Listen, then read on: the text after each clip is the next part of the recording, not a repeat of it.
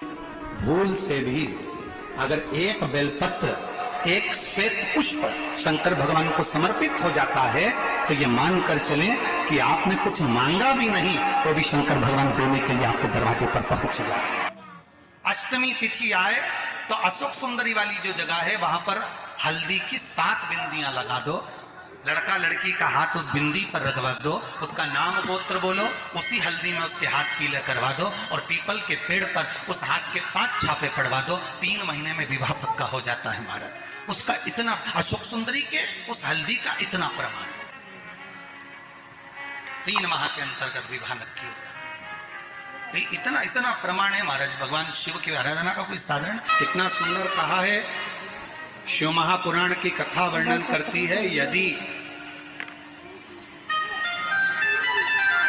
किसी भी अष्टमी तिथि को 12 महीने में शुक्ल पक्ष कृष्ण पक्ष की अष्टमी तिथि पड़ती है, यदि किसी भी अष्टमी तिथि को अगर किसी ने नियम बनाया 5 अष्टमी का, 8 अष्टमी का, 7 अष्टमी का, एक कनेर का पुष्प शिवजी के शिवलिंग को समर्पित करना, अशोक सुंदरी के स्पर्श करना, और जो जलाधारी होती है, जैसे ये शिवलिंग है, ये जलाधारी है, तो पहले शिवलिंग पर स्पर्श, फिर अशोक सुंदरी का स्पर्श, फिर जलाधारी पर कनेर का पुष्प शिव जी की ओर मुख कर कर, अर्थात जैसे मानो ये कनेर का पुष्प है तो ऐसा शिवलिंग का स्पर्श करते हुए जलाधारी पर जो समर्पित करता है, भगवान शंकर उसके मन की कामना को पूर्ण जरूर करते हैं। एक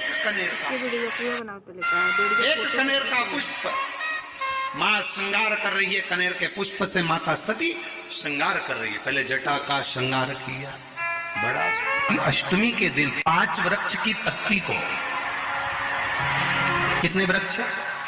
बस 5 वृक्ष की पत्ती और एक श्वेत पुष्प, सफेद कलर का पुष्प अशोक सुंदरी वाली जगह पर लगाकर देवादिदेव महादेव जो चढ़ा देता है, बस निर्मलेश्वर महादेव का नाम लेकर जब चढ़ाया तो कार्य सफलता की ओर अग्रणी है। बेलपत्री को जब भी चढ़ाया जाता है तो पीछे की डंडी पकड़कर नहीं चढ़ाया जाता। बेलपत्री को चढ़ाने के लिए मध्य भाग को, जैसे यह बेलपत्र होता है तो इसका मध्य की जो डंडी होती है, मध्य भाग होता है बेलपत्री का, तब मध्य भाग को पकड़कर हम भगवान शंकर को बेलपत्र समर्पित करते हैं। कोई भी बेलपत्र ऐसे नहीं चढ़ाता कि जब भी पकड़ेंगे तो मध्य भाग को पकड़कर बेलपत्र समर्पित करेंगे। भगवान शिव को मध्य भाग पकड़कर इसलिए समर्पित करा कि ये केवल बेलपत्र का मध्य भाग नहीं है मेरे शंभू, मेरे हृदय के मध्य भाग को मैं आपके चरणों में समर्पित कर रही हूं। मेरा दिल, मेरा हृदय। मंदिर में अगर कोई दिया रखा हुआ है और आप घर से इतनी बड़ी डब्बी ले गए, उसमें घी थी, बत्ती थी, माचिस थी, माचिस, बत्ती और घी डब्बी में तुम लेकर चली गई, दिया लेकर नहीं गई, तुमने दूसरे के रखे हुए दिए में अपनी बत्ती लगाकर आ गई हो तो तुम हजारों बार बत्ती लगाना, जिसका दिया था उसी के खाते में वो दीप दान जाएगा। तुम्हारे खाते इतनी माताएं जिनको 8 साल, 7 साल, 12 साल, 14 साल, 24 साल, 25 साल, 30 साल, 50 साल के बाद बच्चे हुए हैं, शिव की कृपा से हुए हैं। मेरी जीजियों, घबराना नहीं। तुम्हारे गर्भ में इतने सालों के बाद जब डॉक्टर ने मना कर दिया था कि तुम मां नहीं बन सकते, डॉक्टर ने कह दिया था तुम्हें औलाद नहीं होगी, उसके बाद भी अगर भोलेनाथ ने तुम्हें संतान दी है, तुम्हारे यहाँ पर 4 लड़कियां थी, 3 लड़कियां थी, उसके बाद भी अगर भगवान बेटा दे दिए, तुम्हारे यहाँ संतान की प्राप्ति हो गई। कोई बेटा बेटी एक भी नहीं था, बेटी ने भी अगर जन्म लिया, बेटे ने भी अगर जन्म लिया, और तुम्हारे घर में अगर औलाद ने जन्म लिया है कई सालों के बाद, और शिव के पशुपति व्रत से, सफेद आंकड़े की जड़ से, शंकर की कथा से, शिव महापुराण की भूमि की रज से अगर तुम्हारा गर्भ ठहरा है एक लोटे जल से, तो तुम्हारे बच्चे की परवरिश करने की जवाबदारी भी उस शिव की है, क्योंकि शिव ने दिया, शंकर ने दिया। तो भटकते किस लिए भटकते? इसलिए इंतजार करना। वक्त और व्यक्ति को हल्का मत समझो। वक्त जो चल रहा है इससे जोरदार कभी नहीं होगा। खूब खुश होकर जिंदगी जियो, जो तुम्हारे पास है उसमें संतुष्ट रहो। दूसरे का धन दौलत देखकर कभी अपना मन मत डोलाओ, दूसरे की सुंदरता देखकर मन ना डोलाओ, दूसरे का वैभव देखकर अपना मन ना डोलाओ, दूसरे की गाड़ी बंगला देखकर मन ना डोलाओ। भगवान से प्रार्थना करो जो तूने दिया बहुत अच्छा दिया, बस इतना याद रखना प्रभु, सब देना पर साथ में शांति मन की देना और तृप्ति देना कि इस मन को तृप्त कर सके। ये मन की भूख तो बढ़ती चली जाती है। एक कमरे का मकान 2 और बन जाए तो अच्छा, 2 कमरे का हो गया तो अभी भी कह रही 3 कमरे और ऊपर बन जाए तो अच्छा, 3 कमरे मिल गए मालूम पड़े चौथा और बन जाए तो अच्छा। वस्तुओं में सुख ढूंढा, उसमें दुख मिला। कौन सी चीज थी जिसमें सुख मिला तुमको? परमात्मा के नाम के अलावा किसी में सुख नहीं है। बहुत हताश हो चुके हो,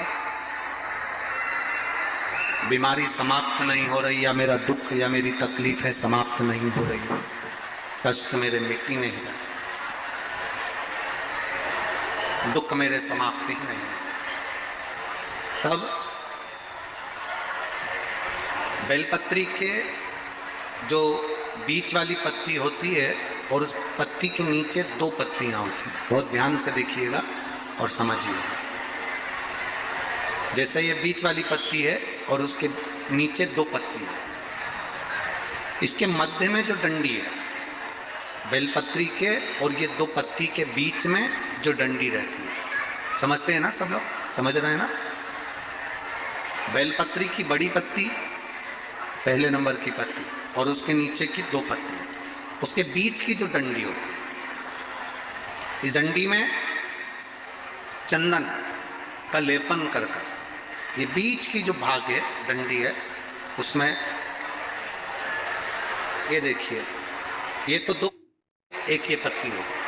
अब ये जो बीच का भाग है सब लोगों को देख रहे होंगे, तो बीच का जो ये भाग है, इस बीच के भाग पर चंदन का लेपन कर 7 दाने चावल के लेकर, जब तुम्हें लग रहा है कि ये बीमारी समाप्ति नहीं हो रही, पकड़ के बैठ गई, ये तो छूटी नहीं है, डॉक्टर अपना काम करे, या कोई ऐसी बात है कि अदालत में कोई केस चल रहा है या प्रशासनिक कोई तकलीफ आ रही है, या अपने घर में कोई व्यापार से जुड़ी हुई या कोई धन से जुड़ी हुई कोई प्रॉब्लम है और वो समाप्ति नहीं हो रही, बहुत आप लोगों ने कर लिया, तब ये बेलपत्री इसके मध्य की जो डंडी है, इस मध्य की डंडी में चंदन लगाकर 7 दाने चावल के लेकर आप जब द्वार में से मंदिर के अंदर प्रवेश करते हैं, जैसे मंदिर का मुख्य द्वार है, मुख्य द्वार से मतलब शंकर जी को जब जल चढ़ाने के लिए हम लोग अंदर जाते हैं, उसके पहले नंदी आ जाता है, नंदी के भी पहले का जो दरवाजा मंदिर का मुख्य द्वार, उसको समझ अंदर प्रवेश करते हैं, उसके पहले चंदन लगी हुई बेलपत्र और 7 दाने चावल के हाथ में लेकर नंदी के सीधे हाथ की ओर से, मतलब आपका भी सीधा हाथ है तो नंदी का भी सीधे हाथ की ओर से आप नंदी के कानों में अपनी बात को कहकर ये बेलपत्री और 7 दाने चावल के ओम नमः शिवाय बोलकर, नमः शिवाय बोलकर या श्री शिवाय नमस्तुभ्यम कहकर डंडी का मुख अशोक सुंदरी की ओर हो और शिवलिंग पर उसको समर्पित कर दो। चावल के रोग में दवाई लगना प्रारंभ हो जाएगी और रोग समाप्ति पर जाएगा और आपका कार्य भी सफल होगा। शिव जी को रोग दिया, शंकर ने जवाब नहीं दिया, शिव जी वहां से चले। शंकर जी तो चले गए पर सभा में आज भोलेनाथ जी नहीं दिख रहे, सभा में आज भोलेनाथ जी नहीं दिख रहे। ब्रह्मा जी ने तुरंत गरुण देव को बुलाकर कहा, गरुण जरा जाकर पता करो कि भगवान शिव इस सभा में क्यों नहीं है, बाबा देवादिदेव महादेव सभा में क्यों ना पहुंचे, जाओ जरा पता करो। कोई अपशब्द कहे ना पलट कर जवाब दो, कोई गाली दे ना पलट कर जवाब दो, कोई आड़ा टेढ़ा बोल दे नहीं पलट कर जवाब दो। बदला नहीं लेना अपन को, बदला लेने में कई लोगों के तो कुल डूब गए, बदला लेने में कुल डूब गए, बदला लेने में पूरा वंश डूब गया, बदला लेने में पूरी जिंदगी खराब हो गई। महाभारत का चरित्र उठा लो, माता द्रौपदी जरा सी हंसी थी, उसका बदला लेने के लिए पूरा वंश मिटा बैठे। शूर्पणखा का बदला लेने के लिए रावण ने अपना पूरा कुल डुबो दिया, केवल बदला लेने के लिए। कई हमारे क्षेत्र में लोग ऐसे रहते हैं, मैं उससे बदला लेकर मानूंगा और बंदूक उठाई ठोक दिया, तूने तो 5 मिनट में उसको मार दिया, पर तेरा परिवार आज तक रो रहा है। आधे जेल में पड़े हैं, आधे बाहर रो रहे हैं। ऐसा बदला लेना किस काम का? तूने तो उठाई, ठोक दिया, उठाकर ठोका। बदला लेकर मानूंगा। तू तो बदला ले लेगा, तेरा परिवार तो जिंदगी भर रोएगा। तू जेल सड़ेगा, थाने में पड़ा रहेगा, कोर्ट के चक्कर काटता रहेगा, जिंदगी पूरी रोने में निकल जाएगी। बच्चे बड़े हो जाएंगे, तो जिंदगी भर बाहर नहीं निकल पाएगा। तो ऐसा बदला लेना किस काम का? शिव महापुराण की कथा को सुनने वाले एक बात अपने अंदर उतार लेना। रावण ने अपनी बहन का बदला लिया था, पूरा वंश मिट गया। दुर्योधन ने अपनी हंसी का बदला द्रौपदी से लिया, पूरा वंश मिट गया। जो जो बदला लेने की ठानता है, उसके परिवार में रोना ही रोना लिखा होता है, कभी सफलता नहीं होती। जो बदला लेने की ठानता है, कई लोग अकड़ में आकर कह देते हैं। कई लोग अभी तुम यहां से इधर पीछे के रास्ते से अंदर मत आन दो किसी को, फिर देखना वो बोलेगा देख लूंगा तेरे को तो बाद में। निवेदन है, कभी ऊंचे बोल नहीं बोलो। किसी से कितनी भी लड़ाई हो जाए, किसी से कितनी भी दुश्मनी हो जाए, कभी बदला लेने की मत ठानना कि मैं इससे बदला लूंगा। बदला लेने में पूरे रावण का वंश चले गया। सूर्पणखा का बदला लेने गया था और मालूम पड़े पूरा सूपड़ा साफ हो गया। दुर्योधन बदला लेने के लिए गया था कि इस द्रौपदी ने मेरे ऊपर हंसा है, बदला लेकर मानूंगा, और दुर्योधन का पूरा वंश नष्ट हो गया। घर की माताओं को चाहिए, तुम्हारे बेटे की किसी से लड़ाई हो जाए, डंडा उठाकर बदला लेने जाए, तो माताएं उसको समझाए हमें बदला नहीं लेना, हमें नहीं लेना बदला। तू लड़ाई करेगा, तलवार उठाएगा, छुरा उठाएगा, बंदूक उठाएगा, मार देगा, थाने में पड़ा रहेगा, तेरे छोटे छोटे बच्चे जिंदगी भर रोते रहेंगे। शंकर भगवान से सीख कर चलना। शिव जी कभी पलट कर जवाब नहीं देते, कभी पलट कर। शंकर भगवान ने जितने असुरों को मारा, एक भी असुर से, एक भी राक्षस से शंकर जी की दुश्मनी नहीं थी। एक भी राक्षस से शंकर जी की दुश्मनी नहीं थी, एक भी। तुम अंदाजा लगा कर देखो, वो भस्मासुर राजा था, एक बार प्रवचन सुन लिया उसने, और प्रवचन सुनकर भस्मासुर ने विचार कर लिया मैं भगवान शंकर की पूजन करूंगा। शिव जी की पूजन में लग गया। लोग कहते भस्मासुर था, असुर था, राक्षस था। हम कहते उसके बराबर भक्त नहीं था भस्मासुर के बराबर। लोग कहते ताड़कासुर असुर था, राक्षस था। हम कहते ताड़कासुर के बराबर कोई भक्त नहीं था। शंकर जी ने जिसको मारा सब उनके भक्त थे। भस्मासुर राजा था। पत्नी ने पूछा क्या कर रहे हो? शिव जी की आराधना। शंकर का शिवलिंग बनाता, पूजन करता। शंकर भगवान उसकी तपस्या से प्रसन्न हो गए। मांग तुझे क्या चाहिए? भस्मासुर ने कहा आपके चरणों की सेवा दे दो, मेरे को राजपाट नहीं करना, मुझे तुम्हारी सेवा करना है।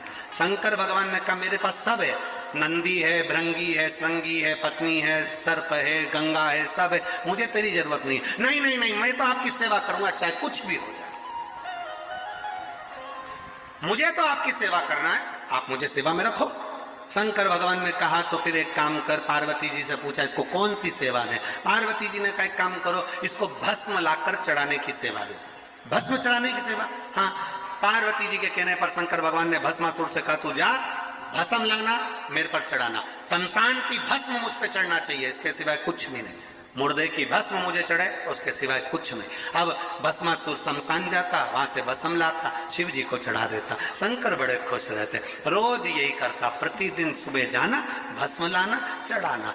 6-7 महीने निकल गए, 1 साल निकल गया, 4 साल निकल गए। चौथे साल में भस्मासुर शमशान में भस्म ढूंढता रहा, पर मिली नहीं, क्योंकि कोई मर ही नहीं दिया था। कोई मरे जले तो भस्म आए, अब कोई मरे ही नहीं तो भस्म कहां से आए?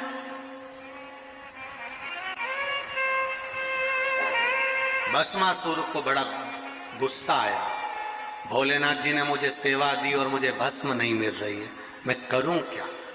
भस्मासुर की जो पत्नी थी बड़ी चतुर थी, उसने कहा देखो कब तक दूसरे की फैक्ट्री का माल लाओगे, अपनी खुद की फैक्ट्री चालू करो। भस्मासुर ने पूछा अपनी फैक्ट्री कैसे? पत्नी ने कहा शंकर जी की तपस्या करो, वर मांगो, जिस पर तुम हाथ रखो वो भस्म हो जाए, उसी की भस्म शंकर जी को चढ़ा देना, अपनी कंपनी का माल चलता रहे। रोज कहीं ढूंढने जाना नहीं पड़ेगा, किसी के ऊपर हाथ रख देना, भस्म हुआ, उठाया और चढ़ा दिया। कहां तक दूसरे की फैक्ट्री का माल लाओगे, अपनी खुद की फैक्ट्री चालू करो। सुन लिया भस्मासुर ने, लग गया तपस्या में। भस्मासुर ने तपस्या करी, शिव जी सामने आ गए, मांग तुझे क्या चाहिए, आशीर्वाद दो, जिस पे हाथ रखूं वो भस्म हो जाए। शंकर भगवान भी अड़भंगे थे, उन्होंने कह दिया तथास्तु। खुश होकर भस्मासुर घर गया। खुश होकर जैसे ही भस्मासुर घर गया, पत्नी को देखकर आनंदित हो गया, मैं तुझे गले लगाना चाहता हूं। क्यों? तेरे कहने पर मैंने शंकर जी से वर मांग लिया, आज अपनी फैक्ट्री चालू हो गई, मैं तुझे गले लगाना चाहता हूं। पत्नी भाग गई पीछे। पत्नी को लगा फैक्ट्री की कंपनी का माल सबसे पहले मेरे ऊपर यूज कर रहे हो। पत्नी भागी। पति ने कहा कहां जा रही है? पत्नी के मैं अभी आ रही हूं। पति भाग। पत्नी भागती गई, भागती गई, भागती गई। पत्नी ने सोचा कब तक भागूंगी, कुछ अच्छा कर देती हूं। इतने में पत्नी ने अपने पति से कहा सुनो जी, वो भोलेनाथ है, शंकर जी है, अड़भंगे हैं, शंभू हैं, इतने सीधे हैं, जो मांगता उसको दे देते हैं। कभी कभी उनका दिया आशीर्वाद भी लगता ही नहीं है, इसलिए प्रैक्टिकल करके देखो क्या उन्हें सही में आशीर्वाद दिया है। तो इतने में पति ने बोला तू मेरे पास में आ, मैं तेरे सिर पे हाथ रख के देखता। पत्नी बोले मेरे पे नहीं, जिसने दिया उससे पूछो। अब पत्नी गई, शंकर भगवान के पास में भस्मासुर गया, भोलेनाथ जी को याद किया, शंभो हर हर। शंकर भगवान आए, मांगो क्या चाहिए? उसने कहा बस तुम्हारे ऊपर हाथ रख के देखना है कि तुम भस्म होते हो कि नहीं होते। शंकर भगवान बोले बता, हमने कंपनी खोली और ये हम पे ही प्रैक्टिकल कर रहा है। शिव जी तो छोड़कर भागे। जो भोलेनाथ भागे, पीछे पीछे भस्मासुर, आगे आगे भोलेनाथ। नारायण भगवान के पास पहुंच गए। नारायण भगवान की धर्म पत्नी लक्ष्मी जी मिली। प्रभु क्या बात है, कहां भाग रहे हो? लक्ष्मी जी ने कहा कि क्या हुआ? शंकर भगवान बोले पीछे भस्मासुर आ रहा है, जिस पे हाथ रखता वो भस्म हो जाता है। लक्ष्मी जी भी भग गई। भागते भागते महादेव पहुंच गए सीधे नारायण के पास में। नारायण ने पूछा क्या हो गया? भस्मासुर आ रहा है, जिस पे हाथ रखेगा वो भस्म, जिस पे हाथ रखे वो भस्म। अच्छा ठीक है, जिस पर हाथ रखेगा वो भस्म हो जाए। अब नारायण ने कहा चिंता मत करो, चिंता ना करना, चिंता ना करा जाए। भगवान विष्णु ने सुंदर स्त्री का रूप लिया, भस्मासुर के सामने जाकर खड़े हो गए। शादी के मन की बात आ गई भस्मासुर के।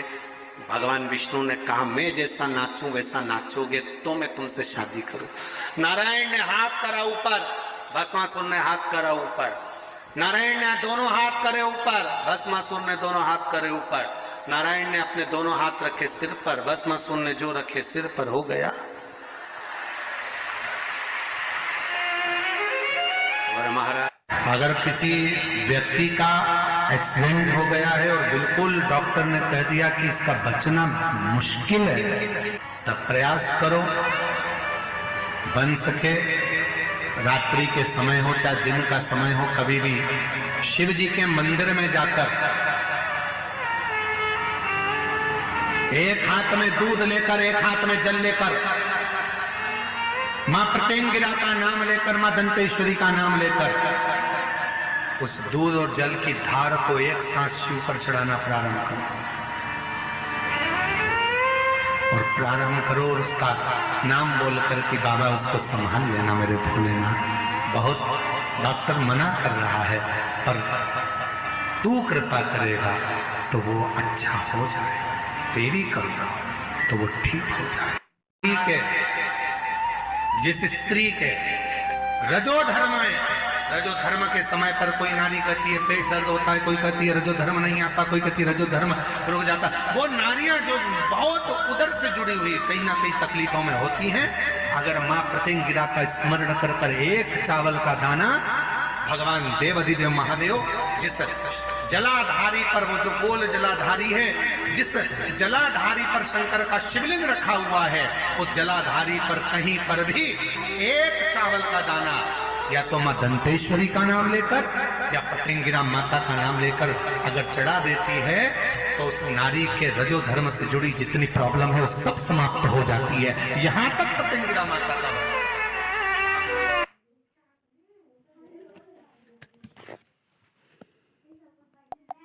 श्री शिवाय नमस्तुभ्यम, श्री शिवाय नमस्तुभ्यम। वीडियो को लाइक, सब्सक्राइब, कमेंट करना मत भूलें।